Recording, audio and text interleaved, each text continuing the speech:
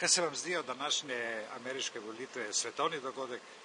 Ja, mislim, da je to svetovni dogodek. In na koga bi stavili, na Johna McCaina ali na Obamo? Kaj bi raje videli? Obama. Meni se zdi, da vsi Amerikanci, tak sem tudi jaz. Jaz mislim, da bojo malo barvo menjali.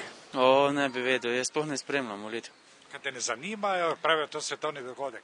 Pa ne vem, ni mi do tega. No. Jaz rečem, da Črnc. Zakaj pa? Zato, ker je boljši kot oni. V čem pa je boljši?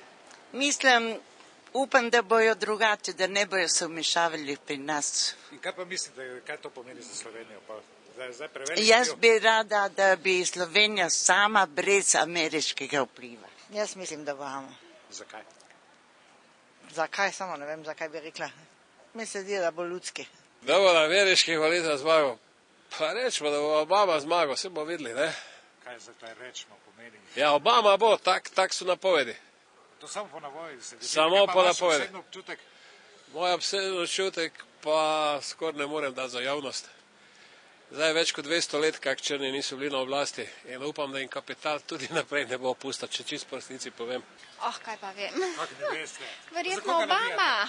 Ja, Barack Obama 100%. Zakaj? Kak 100%? Zato, mislim, jaz ne dosti spremljam, samo vseeno, mislim, koliko... Vam je bolj simpatičen? To vsekakor. Bolj kot John McCain? Ja. Prvi Črnc. Ja, mislim, se to je malo težko, ampak ankete kažejo, da toliko vodi, da more.